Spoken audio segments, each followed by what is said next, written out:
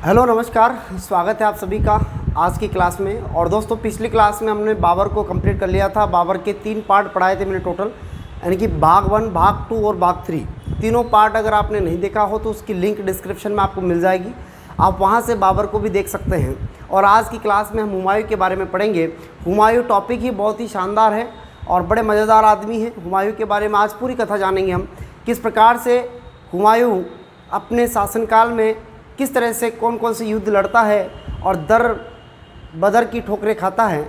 बाबर का जो बेटा था हुमायूं, ये हुमायूं का अर्थ भाग्यशाली था, लेकिन ये अपने जीवन में बड़ा ही दुर्भाग्यशाली रहा है।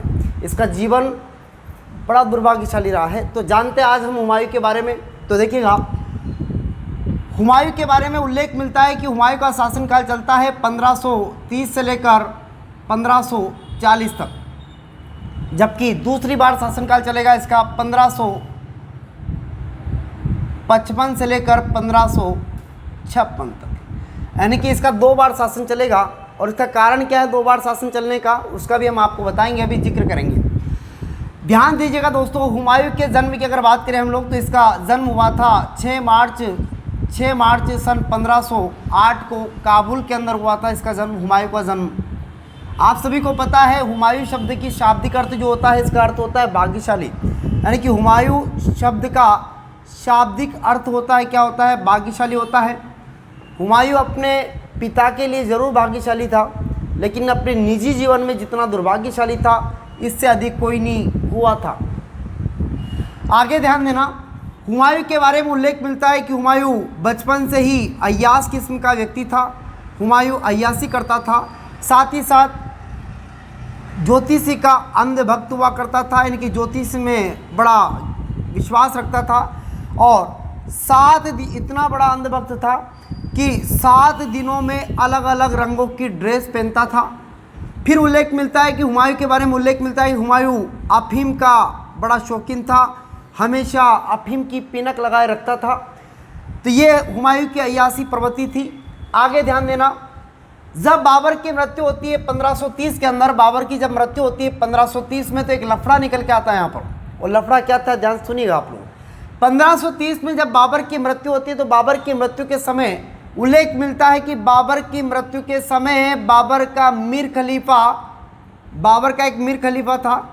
और ये बाबर का मीर खलीफा क्या करता है, सुनिएगा ध्यान से। बाबर का मीर खलीफा चाहता था कि हुमायूं राजा नहीं बने। बाबर का मीर खलीफा राजा बनाना चाहता था मैदनी राय को, यानी कि बाबर के दामाद को, मैदनी राय ख्वाजा को। और ये मैदनी राय ख्वाजा को क्या बनाना चाहता था, राजा बनाना चाहता था, शासक बनाना चाहता था। यानी कि इस बाबर का उत्तराधिकारी डायरेक्ट किसे बनाना चाहता था, यानी कि बाबर के दामाद को, या यूँ कहें कि बाबर के दामाद, और या यूँ कह सकते हैं आप लोग कि हुमायूं का बहनोई, है ना। तो कहते हैं कि मैदनी राय जो था ये बाबर का दामाद था। कहते हैं कि बाबर के दामाद को ये मीर खलीफा राजा बनाना चाहता था।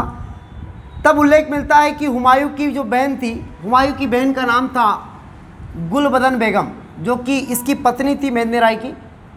गुलबदन बेगम बाबर की बेटी, हुमायूं की बहन, मैदनी राय ख्वाजा की पत्नी गुलबदन बेगम को इस बात का पता चलता है कि मेरा ही पति मीर खलीफा के चक्कर में मेरे भाई को राजा बनने से रोक रहा है और खुद राजा बन रहा है, बहन हो तो ऐसी हो।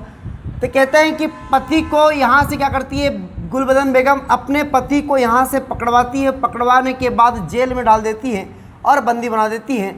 तब उल्लेख मिलता है कि 30 दिसंबर सन 1530 को आगरा के अंदर ही जो है राज्याभिषेक होता है किसका, हुमायूं का। अब हुमायूं बन जाता है क्या, राजा।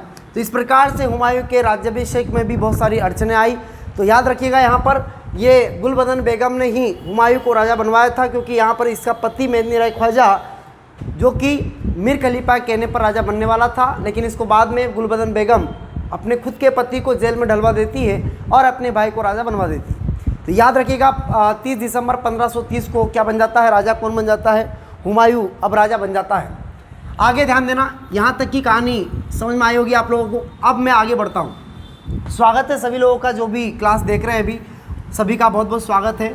और जो भी लोग देखने वाले हैं, थोड़ा सा इसको शेयर भी करते रहना आप लोग, क्लास को बीच बीच में शेयर करते रहना है ना। और काफ़ी मज़ा आने वाला है, आप लोग देखते रहिएगा आप लोग इसको, और थोड़ा सा आप लोग शेयर भी करते रहिएगा। जो भी लाइव में क्लास में बच्चे बैठे हैं देख रहे हैं, सभी को मैं नाम तो नहीं ले पा रहा हूँ सभी का यहाँ पर, लेकिन जो क्लास देख रहे हैं सभी से हमारा कहने का एक ही मकसद है कि भाई जो ज्ञान हम दे रहे हैं आपको ये लोगों तक पहुँचाइएगा आप।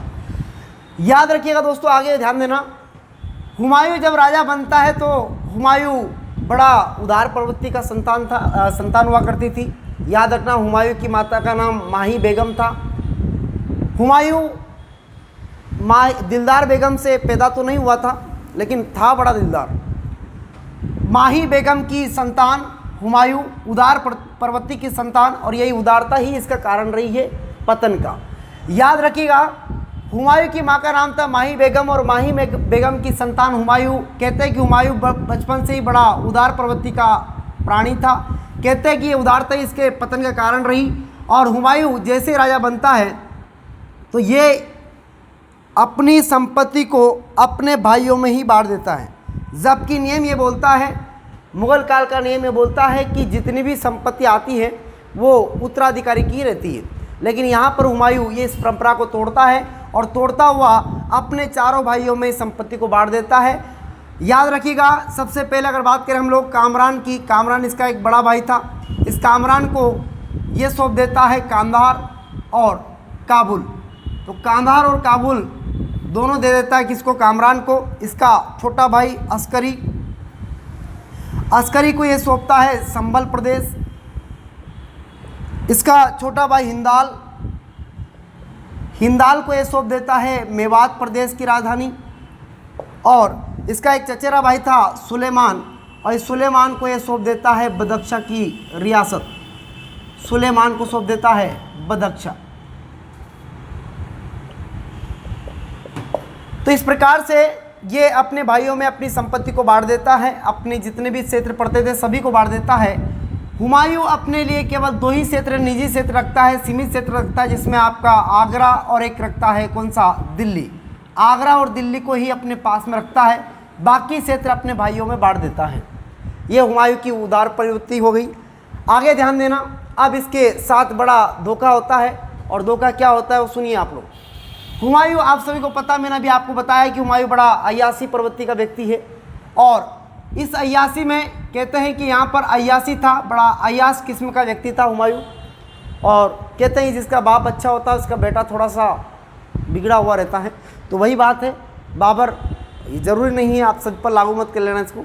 बहुत सारे बेटे और बहुत सारे पिताजी बहुत अच्छे होते हैं, जिनके पिताजी अच्छे होते हैं उनके बेटे बहुत संस्कारी होते हैं। कभी कभी वो तो लग जाता है नंबर, रॉन्ग नंबर लग जाते हैं तो थोड़ा हो जाता है ऐसा। ध्यान दीजिएगा, यहाँ पर हुमायूं बचपन का ही अय्यासी किस्म का था। तो इस बात की टेंशन होती है किसको, बाबर को। बाबर को एक टेंशन होती है, बोले यार ये आदमी, ये बच्चा मेरा, ये मेरा हुमायूं, मेरा बेटा, मेरा उत्तराधिकारी, ये कैसे साम्राज्य को संभाल पाएगा। इतना बड़ा साम्राज्य मैंने इसको दिया है, अगर मेरी मृत्यु हो जाएगी तो कैसे संभाल पाएगा। टेंशन तो होती है, हर पिता को होती है, अपने बेटे के लिए टेंशन होती है। अगर बेटा बिगड़ा हुआ है तो जरूर टेंशन करेगा। तो कहते हैं कि यहाँ पर हुमायूं को, बाबर को टेंशन होती है, बोले यार हुमायूं कैसे संभाल पाएगा। तब कहते हैं कि बाबर यहाँ पर एक आदमी की मिसाल देता है, हुमायूं को समझाते हुए कहता है, और वह आदमी की मिसाल सुनिएगा, कौन आदमी था वो, ध्यान दीजिएगा। ये मिटा देता हूँ मैं, मिटा दूँ क्या, बोलो हाँ, मिटा देता हूँ। यहाँ तक तो क्लियर हुआ होगा, आगे ध्यान देना आप लोग। उल्लेख मिलता है कि बाबर अपने बेटे को समझाते हुए एक आदमी की मिसाल देता है, और आदमी कौन था उसके बारे में आप सुनिएगा ध्यान से। उल्लेख मिलता है कि यहाँ पर बाबर अपने बेटे हुमायूं को समझाते हुए बोलता है कि देख हुमायूं, तू अगर इसी तरह रहा, इसी तरह अफीम के नशे में रहा, तो मैं कहता हूँ कि तू साम्राज्य को नहीं चला पाएगा। अरे तू देख, हमारे दरबार में एक आदमी है जिसका नाम है फरीद, और ये फरीद कौन है इसके बारे में हम जानकारी लेंगे अभी। ये इस आदमी की मिसाल देता है। अब ये फरीद कौन है इसके बारे में सुनिए आप लोग। इसी फरीद को शेर खा भी कहा जाता है, याद रखिएगा, इसी का नाम क्या है, शेर खा। इसी को शेर खा भी बोलते हैं। बाबर इसकी मिसाल देते हुए कहता है कि देख हुमायूं बेटा, जब ये अपने पास आया था तो इसके पास कुछ भी नहीं था। आज बहुत अच्छा आदमी बन गया है हमारी सेना में आने के बाद। 1519 में ये बाबर की सेना में शामिल हुआ था फरीद। ये फरीद कौन था, इसके बारे में सुनिए आप लोग। फरीद के बारे में उल्लेख मिलता है कि दक्षिणी बिहार का ये अफगान सैनिक था और 1519 में बाबर की सेना में क्या जाता है, ये शामिल होता है। बाबर की सेना में शामिल होता है 1519 में, जो कि एक अफगान हुआ करता था ये। तो दक्षिण बिहार का एक अफगान सैनिक हुआ करता था और दक्षिण बिहार का जो आदमी था, यहाँ का सेनापति था, उसका नाम था बहार खां लोहानी। ये बहार खां लोहानी जो था इसी की सेना से बाद में टूटकर आता है और बाबर की सेना में शामिल हो जाता है। लेकिन उल्लेख ये मिलता है कि जब बाबर ने घाघरा का युद्ध लड़ा था, बाबर ने घाघरा का युद्ध लड़ा था 1529 के अंदर। और जब 1529 में युद्ध हुआ था घाघरा का, तो आप सभी को पता है वो किसके बीच हुआ था, बाबर और अफगानों के बीच में हुआ था। अब आप मुझे बताओ, ये आदमी भी अफगान है और ये बाबर की सेना में ही शामिल था, तो आप मुझे बताओ फरीद अब किसका साथ देगा, बाबर का देगा या फिर अफगानों का देगा? स्वाभाविक सी बात है, अफगानों का ही देगा।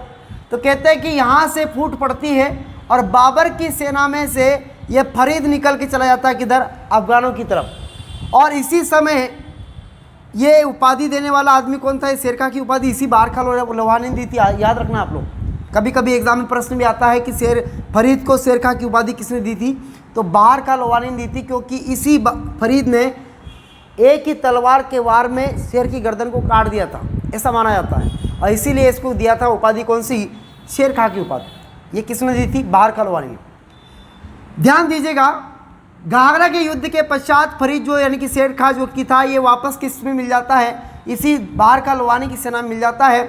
और देखते देखते फरीद की किस्मत चमकती है यहाँ पर। अब यहाँ से बाबर की सेना से अलग हो जाता है फरीद, और ये फरीद की किस्मत अब चमकेगी। उल्लेख मिलता है कि कुछ दिनों के बाद बहार खां लोहानी की हो जाती है क्या, मृत्यु। इसकी डेट हो जाती है, मृत्यु हो जाती है। और जैसे ही इसकी मृत्यु होती है तो फरीद की किस्मत चमकती है। और फरीद क्या करता है, यानी कि शेर क्या करता है, इसी बहार खां लोहानी की पत्नी दूदू बेगम के साथ क्या कर लेता है, निकाह कर लेता है। और दूदू बेगम के साथ निकाह करने के पश्चात ये चुनारगढ़ बन जाता है क्या, किला, यानी कि दक्षिण बिहार का प्रमुख आदमी बन जाता है। और दक्षिण बिहार के चुनारगढ़ के किले को मुख्य केंद्र बनाता है, चुनारगढ़ के किले को मुख्य केंद्र बनाता है और यहाँ से प्रशासन को चलाने की कोशिश करता है। याद आई कहानी, क्लियर हुई सभी की यहाँ तक? अब आगे बढ़ते हैं दोस्तों, ध्यान दीजिएगा आगे क्या होता है। यहाँ तक तो समझ में आया होगा, आगे ध्यान देना आगे क्या होता है।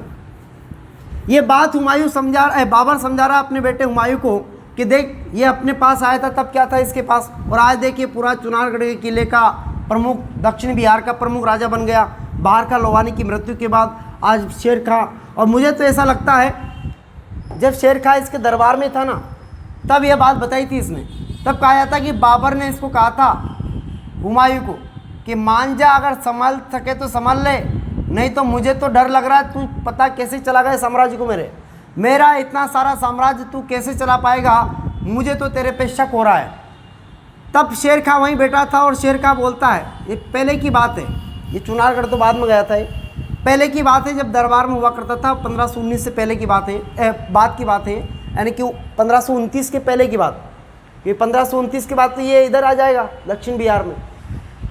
तो याद रखिएगा, शेरखा बोलता है और बाबर बोलता है हुमायूं को, देख हुमायूं, मेरे को तो तेरे पे शक हो रहा है, तू साम्राज्य को चला नहीं पाएगा, मुझे इस बात का डर लग रहा है कि कहीं ना कहीं ये शेरखा ही तेरी एक ही तलवार के दम पे तेरा पूरा साम्राज्य छीन सकता है। तब शेरखा भी कम नहीं पड़ता है, शेरखा भी बोलता है बीच में से कि माफ़ करना गुस्तागी बादशाह सलामत, आपके बेटे हुमायूं के लिए तो मुझे तलवार की भी ज़रूरत नहीं पड़ेगी। तब हुमायूं बेचारा चुपचाप बैठा रहता है और हुमायूं मन ही मन सोचता है, बोले दारू नशा छोड़ना पड़ेगा यार, है ना, ऐसा लगता है। तो हुमायूं यहाँ पर अब आगे की कहानी सुनिए, आगे क्या होता है, ध्यान दीजिएगा। उल्लेख मिलता है कि अब शेरखा जो था ये तो दक्षिण बिहार में चला गया, और अब दक्षिण बिहार वाकई में वही होता है जो बाबर कहता है। बाद में हुमायूं के सामने सबसे बड़ी आपत्ति वही बन के आ गई, कौन सी, शेरखा यानी कि फरीद। और फरीद अब जो है हुमायूं के सामने बड़ी आपत्ति बन के आती है, और हुमायूं भी सोचता है, बोले एक काम करते हैं, अपन भी राजा तो बन ही गए। और हुमायूं को ऐसा लग रहा था कि राजा बन गया तो पता नहीं क्या बन गया। हुमायूं तो मस्त था, राजा तो क्या बन गया पर मस्त था वो। कहते हैं कि हुमायूं को इस बात का घमंड भी था कि मैं राजा बन गया हूँ, अब मैं कुछ भी कर सकता हूँ। तब उल्लेख मिलता है कि हुमायूं को मारने की प्लानिंग चल रही थी इधर, और प्लानिंग बना रहा था कौन? शेर खां। शेर खां के साथ में इब्राहिम लोदी का भाई महमूद लोदी भी शामिल हो गया। महमूद लोदी, ये दोनों मिलकर इसको मारने की प्लानिंग बना रहे हैं और इसको निपटाया कि काम खत्म, क्योंकि नया नया राजा आया, बिल्कुल कोई काम करने, ढीठ का ढीठ है ना, अयास किस्म का आदमी है ना। तो ये दोनों प्लानिंग बना रहे हैं इसको मारने की। और इधर गुजरात में एक और आदमी बहादुर शाह को भी लगा, बोले नया राजा आया है, बड़ा मस्त आदमी है ना। और नए राजा को देखकर ये भी कोशिश करने में लगता है और बोलता है कि क्यों ना अपन भी इसको मार कर भारत का नियंत्रण अपने पक्ष में ले। तो ये भाई साहब भी सोच रहे, बोले नया राजा बड़ा शानदार आया है ना, और इसको अपन जो है निपटा कर भारत का नियंत्रण अपने साम्राज्य में और अपना भारत का नियंत्रण लेते हैं। तो ये भी कोशिश में लग गया। इसके बाद में ये भी कोशिश में लग रहे हैं दोनों। अब क्या होता है ध्यान दीजिएगा आप लोग, ये कोशिश में लग रहा है, इधर भी कोशिश में लग रहे हैं। हुमायूं भी सोचता रहे, बोला ये दोनों हमारे को, ये गुजरात का है आदमी, ये कहाँ का है? गुजरात का। तब कहते हैं कि हुमायूं आता है सबसे पहले गुजरात की तरफ और फिर इधर आएगा। हुमायूं कहते हैं कि हुमायूं यहाँ पर आक्रमण करता है इस बहादुर शाह के ऊपर 1531 के अंदर। 1531 में हुमायूं कलिंजर के किले पर आक्रमण करता है और कलिंजर के किले में यहाँ पर इसका संघर्ष होता है रुद्र प्रताप देव के साथ में, और रुद्र प्रताप देव के साथ में संघर्ष होता है। उल्लेख मिलता है कि यहाँ पर रुद्र प्रताप देव को परास्त करने के बाद हुमायूं यहाँ से हारा थका हुआ आ रहा था और आता हुआ इधर वापस आ रहा था, किधर? आगरा की तरफ आ रहा था। तब उल्लेख मिलता है कि इस बात का पता चल गया किसको? महमूद लोदी को। महमूद लोदी ने सोचा, बोले उधर से लड़के आ रहा है कौन? हुमायूं, और बिल्कुल थका हुआ आ रहा है, क्यों ना इसको अपन जो है यहाँ पर इसके साथ युद्ध लड़ेंगे तो अपन जीत जाएंगे, क्योंकि ये तो इसकी सेना और ये तो थका हुआ आ रहा है। तब उल्लेख मिलता है कि यहाँ पर महमूद लोदी जाता है और यहाँ पर युद्ध लड़ता है 1532 में। 1532 में दोहरिया नामक स्थान पर यह युद्ध होता है, जिसे बोलते हैं दोहरिया का युद्ध। और ये 1532 में ये युद्ध होता है। अब इधर से हुमायूं आ रहा था बेचारा, कलिंजर से लड़ उड़ा के आ रहा था उधर से रुद्र प्रताप देव से, और यहाँ आया। तो यहाँ आते ही से मिल गया सामने कौन? महमूद लोदी सामने खड़ा, और सामने खड़ा देखकर हुमायूं के तो ब्रेक लग गए। अरे बोले ये कहाँ से आ गया इधर? तब कहते हैं कि यहाँ पर महमूद लोदी और इनके बीच में कड़ा संघर्ष होता है, और यहाँ पर लोदी के उल्टे दाव पड़ गया। और लोदी के 2-4 लोदी की लगी और लोदी यहाँ से भागा। लोदी वापस भाग के आया किसके पास? शेर खां के पास आए। तो हुमायूं बोला रहे, बोले अब छोड़ूंगा नहीं तेरे को। हम कहते हैं कि हुमायूं भी पीछे आ गया। हुमायूं भी इसके पीछे आता है और ये आ जाता है कहाँ पर? चुनारगढ़ में। तब कहते हैं कि यहाँ पर शेर खां भी यहीं पर था, महमूद लोदी भी यहीं पर था, और हुमायूं आता है और इस चुनारगढ़ के किले के आसपास घेराबंदी कर लेते, घेरा डाल देता। बोले तू बाहर तो निकल, और तू बाहर जब तक नहीं निकलेगा तब तक मैं जाऊँगा नहीं। कहते हैं हुमायूं यहीं पर डेरा डाल के बैठ गया।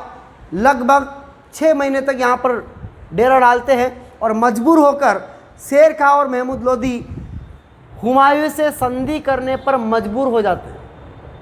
संधि करनी पड़ी थी। अब ध्यान दीजिएगा दोस्तों, आगे कहानी सुनना, आगे क्या होता है।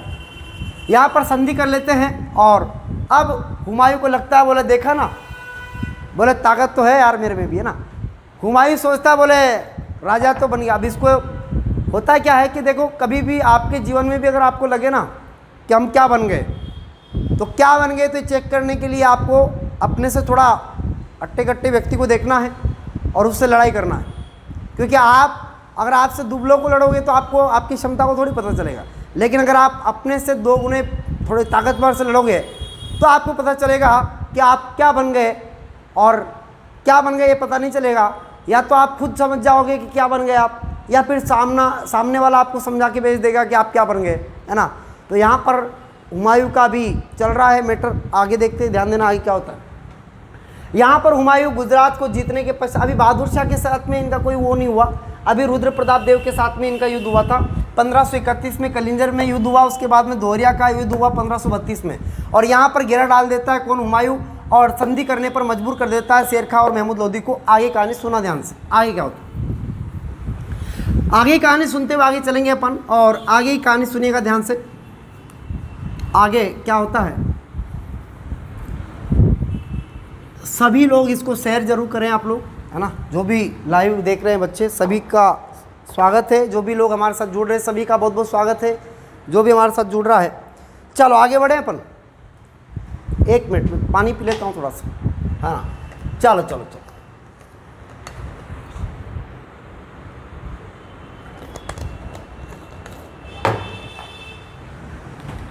ध्यान दीजिएगा आप। उल्लेख मिलता है कि 1538 के अंदर इसी हुमायूं ने गुजरात प्रांत के शासक बहादुर शाह को भी संधि करने पर मजबूर कर दिया था।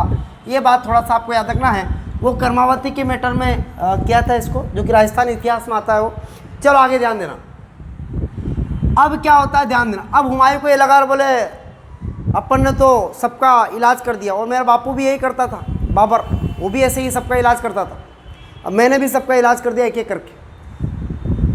तब किसी ने कहा कि किसका इलाज कर दिया रे तूने, और तेरा काका देखो वो शेर खां, वो शेर खां संधि की शर्तें तोड़कर बंगाल पर भी अपना अधिकार जमा लेता है। हुमायूं को लगा रहा, बोले ऐसे संधि की शर्तें तोड़ दी और बंगाल पर भी अधिकार कर लिया। तब उल्लेख मिलता है कि बोले कोई बात नहीं, चलो बोले। तो कहते हैं हुमायूं यहाँ से चलता है, और अब जाएगा हुमायूं पीछे पीछे किसके, शेर खां के। हुमायूं यहाँ से चलता है, शेर खां के पीछे चलता है, शेर खां यहाँ से भाग के कहाँ चला जाता है, बंगाल चला जाता है। और बंगाल से वापस शेर खां, बंगाल जब जाता है हुमायूं, तो शेर खां भी पीछे पीछे चला जाता है बंगाल। और शेर खां यहाँ, जैसे यहाँ हुमायूं पहुँचता है तो शेर खां यहाँ से वापस आ जाता है, कहाँ पर, चुनारगढ़ में। इनका ऐसा चलता रहता है। तो हुमायूं यार बेचारा थक गया, बेचारा भाग रहा। देखो आप 1530 में राजा बना, 1530 में राजा बना। ये बात कब की है, 1538 की है। 1530 से लेकर 1538 तक बेचारा परेशान हो गया, दर दर की ठोकरें खा रहा है, इधर उधर भाग रहा है, लड़ रहा है ना। तो यहाँ पर इसका जीना आराम कर दिया। अब हुमायूं को लगा रहा, बोले थक गया मैं तो, लड़ लड़ के थक गया इन लोगों से, बोले एक काम करता हूँ, अब आराम करूँगा कुछ दिन। अब ध्यान देना, आप कहानी को ध्यान देना। यहाँ से उल्लेख मिलता है कि यहाँ पर हुमायूं अब यहाँ पर बंगाल में आता है, और बंगाल में आने के बाद इधर आपका चुनारगढ़ पड़ता है, और चुनारगढ़ में वापस कौन आ जाता है, इधर से शेर खां जाता है। अब यहाँ पर हुमायूं सोचता है, बोले एक काम करता हूँ, कुछ दिन आराम करता हूँ। अब यहाँ से आया था 1538 में आया था ये, कब आया था, 1538 में यहाँ पर बंगाल में आता है। कौन आता है, हुमायूं। कहते हैं कि यहाँ पर शेर खां के और इनके बीच में यहाँ पर युद्ध भी हुआ था, थोड़ा सा वो हुआ था गोड़ में, बंगाल के एक गोड़ पड़ता, गोड़ प्रांत, और इसमें युद्ध हुआ था इनका। उस युद्ध को छोड़ के भागा था कौन, बाद में शेर खां भाग जाता है यहाँ से। तब उल्लेख मिलता है कि यहाँ पर हुमायूं ने लाशों के ढेर को देखकर इस घोड़ का नाम रखा था जन्नताबाद। हुमायूं ने लाशों के ढेर को देखकर इस घोड़ का नाम क्या रखा था, जन्नताबाद रख दिया था। अब आगे ध्यान देना, उल्लेख मिलता है कि इधर 8 महीने तक आराम करेगा आप कौन, हुमायूं। इसी बंगाल में लगभग 8 माह तक आराम करता है, और बोला आप ढक्कन पे ढक्कन खोलेंगे, यहीं आराम करेंगे। और यहाँ पर खूब आराम किया, मस्त मज़े लिए यहाँ पर। और हुमायूं रोज़ यहाँ पर शराब पीता है, ढक्कन पर ढक्कन खोलता है और बड़ा मज़े लेता है। इधर भाई साहब शेर खां तो काम लग रहा है, काम क्या लग रहा है, इसी शेर खां ने वाराणसी के बाद बहराइच के बाद में कड़ा प्रांत, इन सभी को अपने अधीन में कर लिया था, और साथ ही साथ कन्नौज को भी अपने अधीन में कर लिया था। धीरे धीरे सारा प्रांत अपने अधीन में कर लिया। और याद रखिएगा 8 माह के पश्चात जनवरी 1538 में, जनवरी 1539 में जनवरी 1539 में अब हुमायूं यहाँ से चलता है और किधर जाता है, आगरा की तरफ जाता है। आगरा इधर है, बीच में आपका ये पड़ता है क्या, बिहार पड़ेगा ना बीच में। हाँ, अब जनवरी 1539 में हुमायूं इधर से आता है, कहाँ से, बंगाल से आता है और आता हुआ जाता है कहाँ पर, आगरा। तब बीच में आता है क्या, आपका दक्षिणी बिहार, और यहीं पर है कौन, शेर खां। अब भाई साहब इधर से आएगा, 8 माह के बाद नींद खुली इसकी, आया है ना, वहाँ मज़े ले रहा था। अब यहाँ आया तो बीच में एक जगह पड़ती है चौसा, चौसा नामक स्थान पड़ता है यहाँ पर, और ये चौसा गंगा नदी की सहायक नदी कर्मवासा नदी किनारे पड़ता है। ध्यान दीजिएगा दोस्तों, अब इधर वाले इलाके में चुनारगढ़ी किले में यहाँ पर खड़ा है कौन, शेर खां।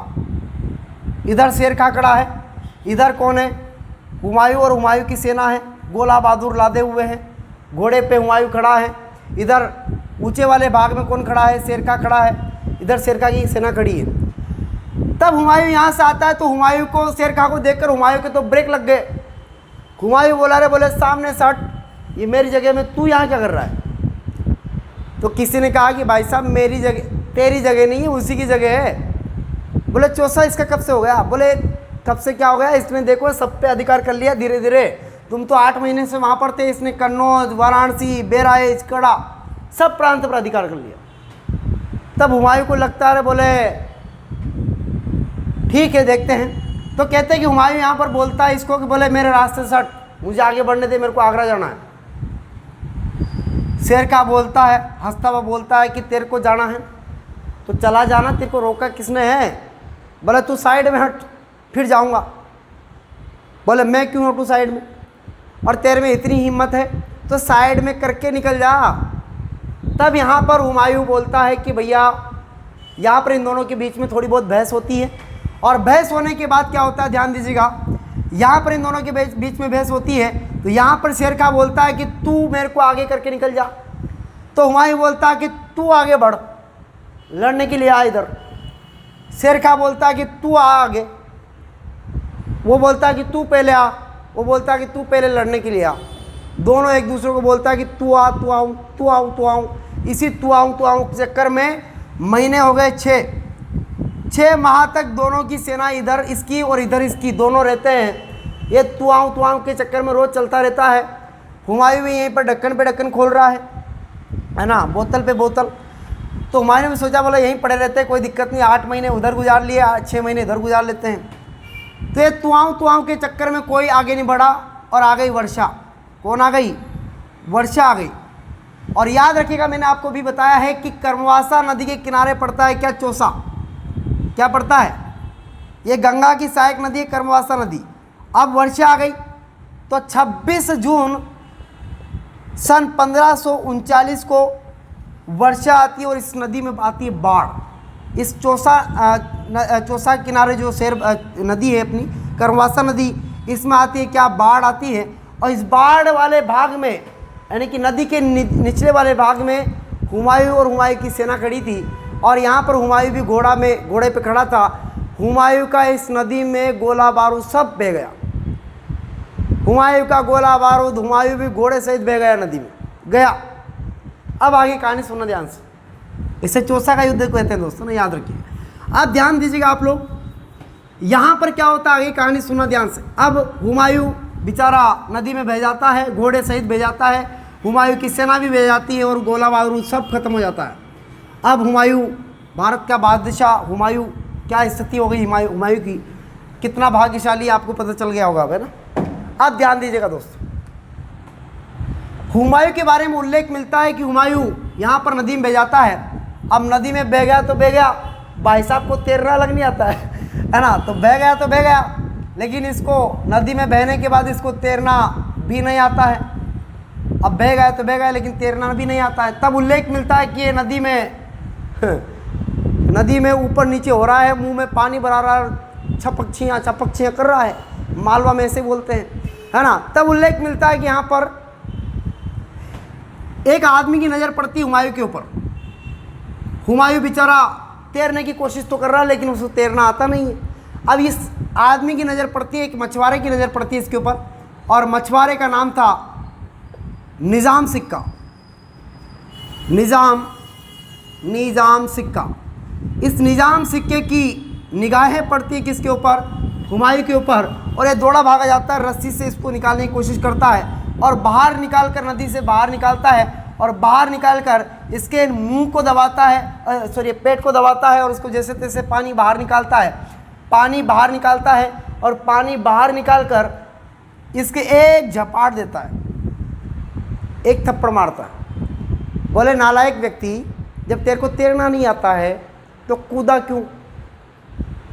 तो हुमायूं बोलता है कि देख भाई साहब, मेरे अभी किस्मत ख़राब चल रहा है और अभी किस्मत ख़राब इसलिए चल रहा है कि मेरे ग्रह ही ख़राब है, मेरी राशि ख़राब चल रही है। और तब निज़ाम सिक्का पूछता है कि है कौन तू?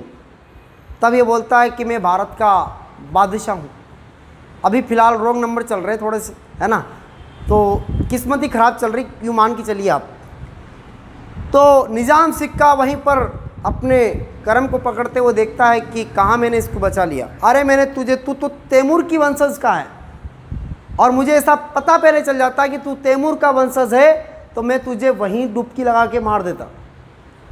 आप समझ गए होंगे तैमूर का क्या चक्कर है। उधर मैंने आपको बताया था बाबर जब पढ़ाया था, तो बाबर में पढ़ाया था मैंने कि तैमूर वंशज के हैं बाबर। और निज़ाम सिक्का यहाँ पर ये बोलता है कि तू अगर तैमूर का वंशज है तो मुझे पहले अगर पता चल जाता तो मैं तेरा वही काम जचा देता।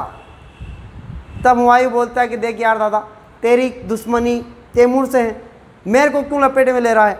और तू इतना ही दुखी है, मेरे को बचाने के बाद तू इतना दुखी हो रहा है तो वे एक काम कर, वापस से फेंक दे। वैसे भी मैं क्या तैरना आता है इतना, वापस से मुझे फेंक दे वापस, कोई दिक्कत नहीं।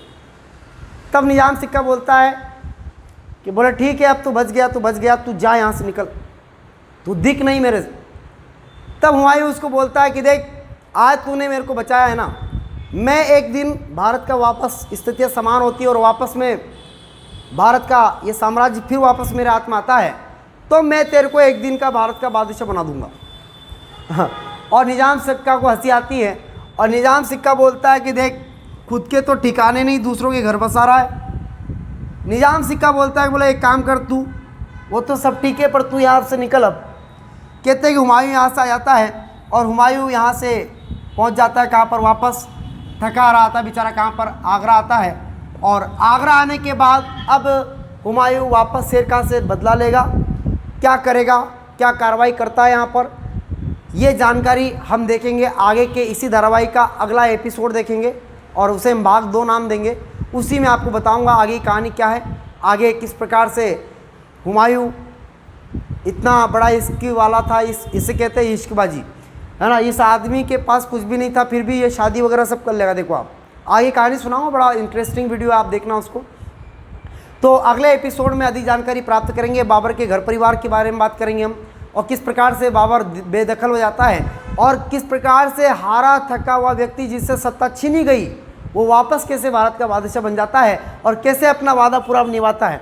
वाकई में भी निज़ाम सिक्का को कैसे वापस भारत का एक दिन के लिए बादशाह बनाता है, ये आगे कहानी को जानने के लिए अगला एपिसोड देखना ना भूलें। तब तक के लिए नमस्कार, आप सभी को बहुत बहुत धन्यवाद। इसका टेस्ट भी अभी लेंगे हम, तो टेस्ट भी चलता रहता है यूट्यूब के ऊपर, आप ज़रूर देखिएगा टेस्ट भी। और ठीक है दोस्तों, आज का बहुत बहुत धन्यवाद आपके लिए, आज के लिए। और सभी लोग इसको लाइक, शेयर और सब्सक्राइब ज़रूर करें। अगर आपको अच्छा लगे तो कमेंट बॉक्स में अपनी प्रतिक्रियाएँ ज़रूर दें। नमस्कार, राम राम, सभी को बहुत बहुत धन्यवाद। Take care.